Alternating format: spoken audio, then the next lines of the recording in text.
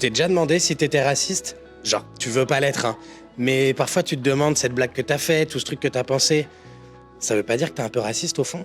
Déjà, faut comprendre qu'il y a plusieurs dimensions au racisme. Le plus visible, c'est tout ce qui va être préjugé, injure, violence envers un individu à cause de son origine ou de sa religion. Ça, c'est clairement puni par la loi. Comme les discriminations, genre refuser d'embaucher ou de louer un logement à quelqu'un à cause de son nom de famille. Mais là où ça se complique, c'est que si certains agissent en pleine conscience, d'autres le font sans même s'en rendre compte. C'est une des conséquences du racisme systémique, quand les discriminations sont institutionnalisées. Comme un jeune noir ou un jeune arabe qui a une probabilité 20 fois plus grande d'être contrôlé par la police. Ou les personnes dont l'identité suggère une origine maghrébine, qui ont 31,5% de chances de moins d'être contactées par les recruteurs, que celles qui ont un nom-prénom d'origine française. Heureusement, aujourd'hui, les lois ont évolué pour lutter contre ce racisme. Mais les inégalités restent très marquées. Et plusieurs études l'ont montré, on a tous des biais.